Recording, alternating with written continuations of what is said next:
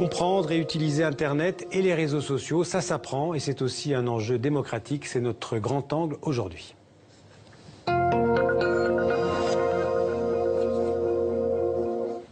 Alors pour discuter de ce sujet passionnant, deux invités avec nous. D'abord Abdou Semar, bonsoir. Bonsoir. Alors vous êtes avec nous sur le plateau du 64 minutes. Vous êtes rédacteur en chef d'algériefocus.com.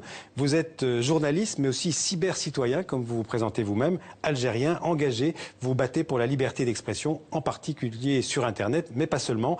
Et puis Frédéric Bardot, bonsoir. Bonsoir. Alors vous êtes avec nous par Skype, vous êtes le cofondateur de Simplon.co, co-auteur entre autres aussi de Lire, écrire, compter, coder aux éditions FIP. Vous avez aussi en quelques mots un parcours assez étonnant puisque vous avez fait Sciences Po et puis vous avez fait l'école militaire de Saint-Cyr, une école d'officiers en France. Vous avez même été, j'ai lu, parachutiste à Pau. Et puis beaucoup plus tard, vous avez créé, enfin quelques années plus tard en tout cas, vous avez créé une agence de communication responsable, une école solidaire de programmateurs informatiques. Ma première question, j'ai envie de vous demander, qu'est-ce qui vous a poussé à changer l'orientation de votre vie dans cette direction ? Alors là, faudrait que je revienne vraiment à l'origine du... Moi, j'ai envie de servir et j'ai cherché le moyen d'être le plus utile possible. Et l'armée, c'était pas pour moi parce que je supportais pas de donner des ordres et d'en recevoir. Donc, ce qui est un peu compliqué quand on veut être militaire. Et puis, ma route a croisé Internet un jour de 1997. Et là, je suis tombé dedans comme Astérix dans la potion magique. Parce que ça, c'était un moyen d'être utile. Et il y avait un champ entier qui s'ouvrait devant moi. Et j'ai tout de suite vu que Internet pouvait donner du pouvoir aux gens. Et ça, c'est ce qui m'intéresse. Mais pour utiliser Internet, il faut en connaître les codes. Et ça, c'est ce que vous faites dans cette école. C'est ce que vous faites tous les jours. Apprendre ces codes. Absolument, oui, il y a du numérique partout. Partout, il y a du numérique, il y a des machines. Et les machines, il y a un langage pour leur parler, c'est le code. Et donc, quand vous maîtrisez la langue des machines, vous reprenez la main sur les machines. C'est vous qui les dominez et pas le contraire. Et ça, c'est très important parce que ça peut vous donner un job, mais c'est un enjeu de citoyenneté aussi. Alors justement, on a avec nous Abdou Semar, je le disais en plateau. Vous utilisez aussi Internet et les réseaux sociaux en Algérie. Pour vous, Internet, les réseaux sociaux, c'est d'abord un outil démocratique dans votre pays ? C'est du moins un outil de démocratisation. Je précise bien, c'est-à-dire que nous ne voulions pas, nous, dans le monde arabe, en Algérie tout particulièrement, vous savez, au départ, Internet, comme l'informatique, c'était réduit à une dimension de technique. Nous nous sommes sortis de cette technicité, de cette merveille technologique, entre guillemets, et nous avons créé un nouveau espace-temps. C'est-à-dire, puisque nous sommes confrontés, nous, à des régimes autoritaires, à des sociétés traversés par des complexes et des conflits identitaires très difficiles. Nous sommes quand même des jeunes, dans un pays majoritairement jeune. Il fallait absolument trouver une échappatoire. Et cet échappatoire, nous avons fait mieux parce que nous avons créé un espace-temps citoyen sur Internet pour pouvoir utiliser cette technologie afin d'influencer notre réalité sociale et par ricochet notre réalité politique. Et comme ça, nous avons réussi petit à petit à devenir un acteur majeur d'un pays qui est complètement fermé. Et on vous laisse faire parce qu'on sait parfois que la presse peut avoir des soucis en Algérie. Est-ce que vous avez suffisamment de liberté pour faire... Partant du principe que tout se conquiert, que rien ne se donne, naturellement, on ne nous laisse pas faire. C'est au début où je vous rappelle juste chronologiquement, Internet a commencé de manière massive grâce aux réseaux sociaux en 2010, 2011, les premiers événements de janvier 2011, c'est les premières manifestations du printemps arabe qui ont commencé chronologiquement bien à Alger avant Tunis, les fameuses émeutes de Bab el Oued, etc.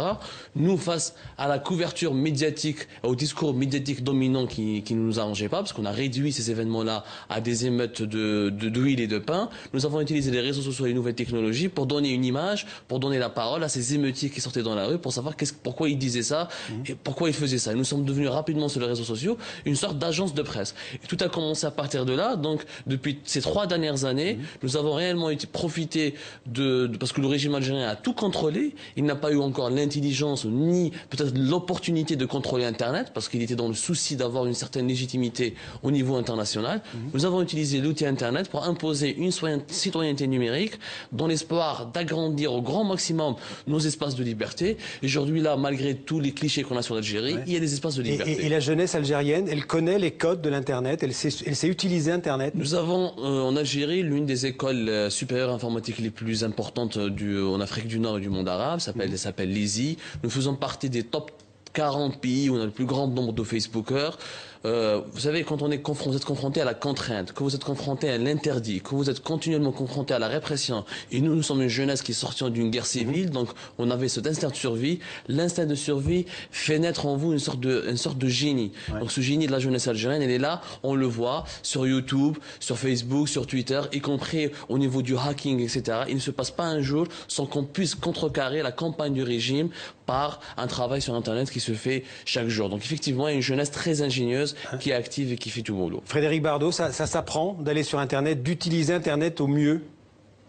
Oh bah oui, puis ce qui est intéressant, c'est que ça s'apprend et que c'est ouvert à tout le monde. Hein. C'est-à-dire, c'est vraiment un média d'autodidacte, hein, l'Internet. Hein. Ça a été créé par des gens qui ont créé les outils dont ils avaient besoin, hein, des universitaires, aussi des entrepreneurs et des gens qui avaient envie de changer le monde. Hein. On oublie qu'à l'origine d'Internet, il y avait des activistes, des gens contre la guerre du Vietnam, des gens qui prenaient du LSD, qui voulaient faire des communautés physiques à San Francisco et en Californie. Donc les communautés physiques, elles n'ont pas réussi, mais les communautés virtuelles, elles ont réussi. Donc dans l'ADN d'Internet, il y a du libertaire, il y a de la contre-révolution, de la contre-culture, hein, comme le dit Fred Turner.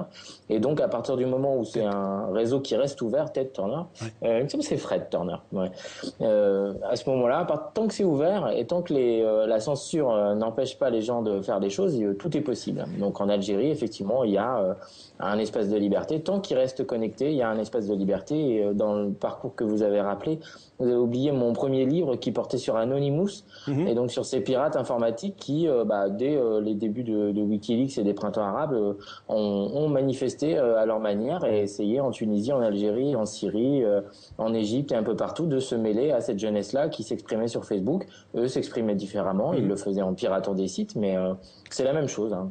Abdou Zemar, vous voulez réagir? Je voulais dire juste, notre ami Philippe, il a complètement raison, c'est un espace ouvert, mais attention, en ce moment, depuis une année, moi, je sens des velléités autoritaires. C'est-à-dire que je sens que même au sein d'une certaine élite internationale, mondiale, il y a des velléités, il y a un mouvement... De contrôle?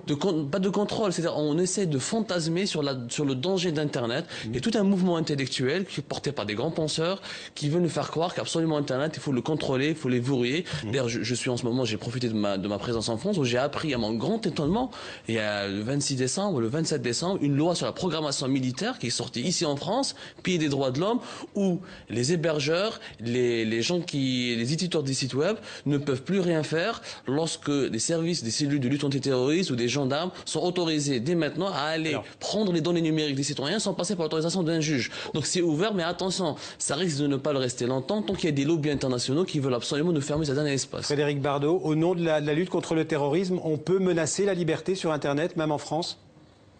Ça a déjà été le cas aux États-Unis avec le Patriot Act, et puis il y a un certain nombre de dispositifs réglementaires qui le permettent. En France, c'est pas du tout étonnant qu'on suive le même chemin, hein, parce que là encore, quand on essaye de protéger, on commence par la contrainte, par le bâton, ce qui est complètement idiot, hein, parce que Internet est un réseau qui n'est pas contrôlable. Hein, il y a peut-être une petite poignée d'Américains qui contrôlent les DNS ou le système de routage qui peuvent, comme ils l'ont fait avec la Chine et la Corée du Nord, les rayer de la carte de l'Internet. Donc ça, quand c'est contre la Corée du Nord, tout le monde crie à la démocratie, mais quand c'est contre un citoyen qui défend ses droits, c'est vrai que ça peut poser un vrai problème. Mais forcément, la répression a été très très forte. Hein.